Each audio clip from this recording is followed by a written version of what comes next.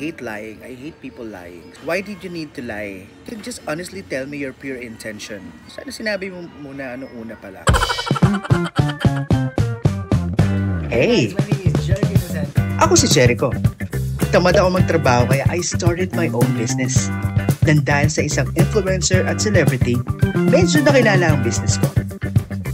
Welcome to a life of simple, poor business owner.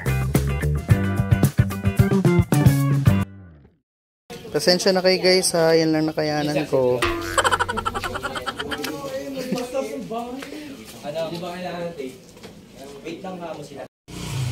Ay na, lahat kayo masaya. Oh. Ewan ko na lang talaga.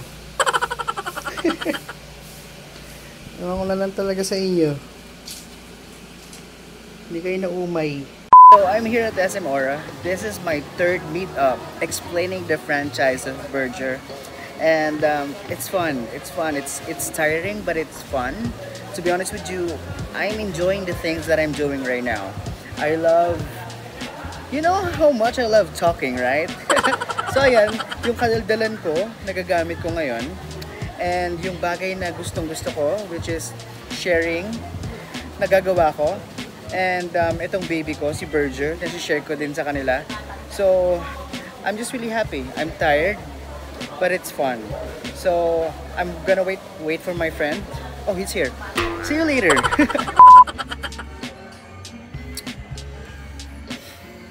Kakatapos ko lang makipag-meeting. So, someone is interested knowing Berger. So, someone messaged me online and asked me to meet up. Surprisingly, his intention is different.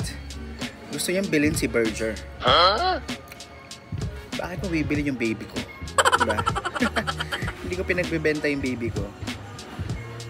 Nakakainis lang dyan guys. Kasi, why did you need to lie na gusto mo mag-franchise? Ayun pala gusto mong bilhin. Diba? That's different eh. Nakakainis. Why do you need to lie? You can just honestly tell me your pure intention about the Berger, di ba? Sana sinabi mo muna ano una pala. And I hate lying. I hate people lying. Especially if oras mo yung mauubos, maapektuhan yung oras mo. Syempre nag-effort ako, pumunta ako dito. Pero yeah, okay naman yung pag-uusap namin. And I honestly told him na no, Berger is not for sale. And kahit maliit lang yung business ko, kahit ang babaw ng tingin ng mga tao dyan sa business ko na yan, mahal na mahal ko yung business ko na yan, pero I will never sell it. Never. Is that charity? So yeah, di ba napachismis pa ako? So yeah, ano naman sinasabi ko? Kasi naman distracted eh. Alam nyo guys, I'm so proud of myself. Kakadiscuss lang nung Sunday sa church na learn to say no. At nagawa ko yun today. Oh my gosh. Pero yun na nga, ang daming ganap this week. Like sobrang daming ganap this week. Pero syempre binawasan ko. Hindi naman kailangan lahat ng party puntahan natin dahil Christmas party eh. Meron naman ibang araw or ibang situation or ibang panahon para magkita-kita kayo. Hindi lang naman Christmas, hindi lang naman December. Ang daming buwan sa loob ng isang taon. So wag natin isiksik lahat sa December, di ba? So madami ako sinabihan ng no. Ang dami ko sinabihan ng no na hindi ako makakapunta. Na kahit naman makapunta ako o hindi, kaibigan ko pa rin naman kayo. Well, kung ganun din naman ang touring nyo, ganun din naman ang ano nyo, mas okay. Dahil magkikita naman tayo, ano ba kayo, di ba? Eh di sa February, gawin nating December yung February. Diba? Kasi guys, if you know me, I'm a yes person. Madalang ako mag-no. Lagi akong yes ng yes. Kahit alam ko nahihirapan na ako, yes ako ng yes. Pero syempre, we matured. May matured, tama ba yun? So, nagmamature tayo. So, syempre, may mga bagay na alam natin na mas okay bang ubusin natin yung oras natin dito? Worth it ba to pag pinuntahan ko? Pero pag friends and family kasi, it's not a question of if it's worth it eh. Kasi matikin pag friends and family, walang panghihinayang yan. Pero syempre, may mga bagay na gagastos tayo eh. And syempre, tumatanda na tayo, kailangan mas maraming pumapasok, di ba? Kasi lumalabas. So, yun lang. Feeling ko nagmamatured lang ako. Kaya siguro, nauubusan na ako ng time sa mga party-party, sa mga gala-gala. Pero, if kaya naman, we'll find way. BDO. Ang saya-saya na mag-isa. Alam mo guys, yan nakakatawa. Pag magla-lunch na ako, sasandok ako ng pagkain ko. As in, pag saktong uupo na ako, nakakain ako. Tsaka may order. Ang galing. So ayun, ligpitin ko lang itong mga kinainan ng customer. So ito, ligpit ko lang. Very, very quick.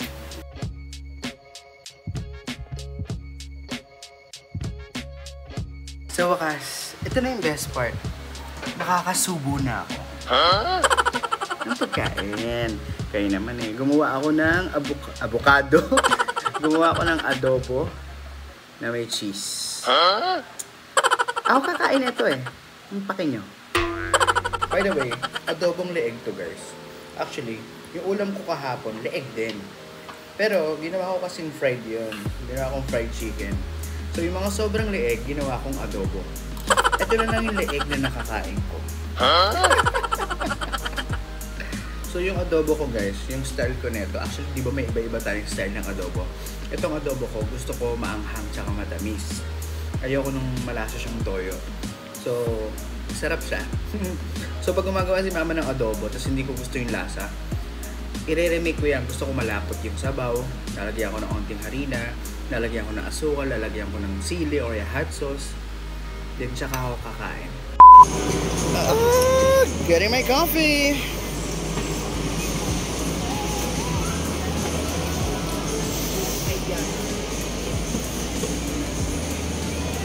Wala ba? Dirty chai. Sige. Take your time. Okay na naman. Okay naman. Ayun na pala. Thank you. Oh my gosh, hindi ko alam. Hindi ko maalala saan ako nag-park. Wala pala akong kotse.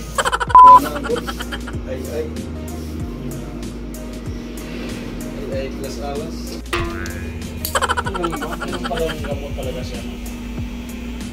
Sayang, nawala na. Sir, nakapagpagupit na rin tayo. Kuha na naman tayong tao. Grocery tayo after burger. Nag-iisip ako mag-stock ng mga noodles or mga instant. Kasi iniisip ko, tataba na naman tayo, dear. Wala na naman tigil to.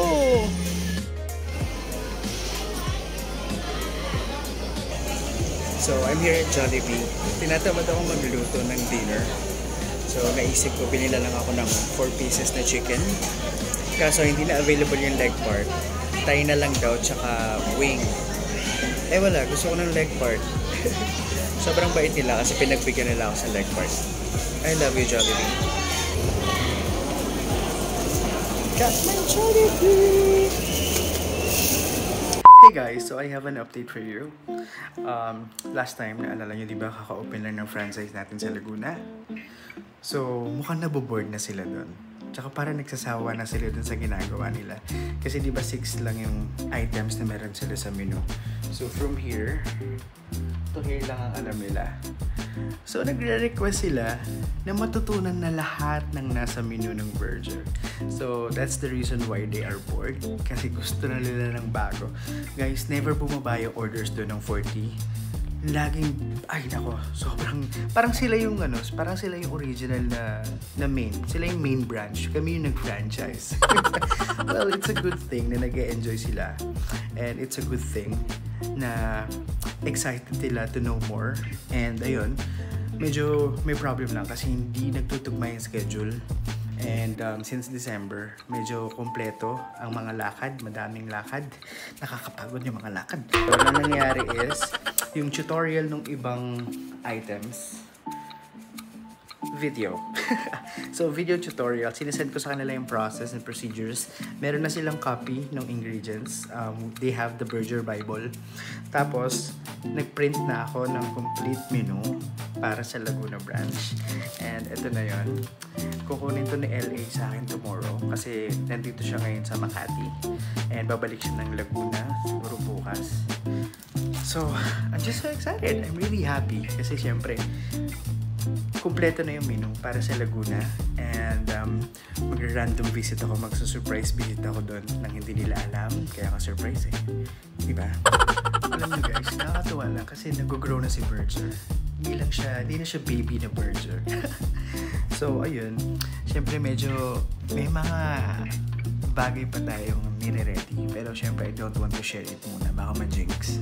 So, if it's for me, it's for me. If it's for you, it's for you. Ganun lang yan. There's always God's perfect timing. So, kalmahan lang natin. Diba?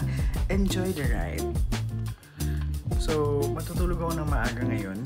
Kasi tomorrow is gonna be a long day. And hindi ko alam kung anong gagawin ko bukas. So, medyo pagod ang aking katawan. Kasi nag-shoot ako ng content kahapon tsaka kanina. So, good luck sa akin bukas. Jerbalu, jerbalu, jerbalu, balu, balu, jerbalu, jerbalu, jerbalu, balu, balu, jerbalu, jerbalu, jerbalu, balu, balu, jerbalu, jerbalu. Teka, sino ba yung jerbalu?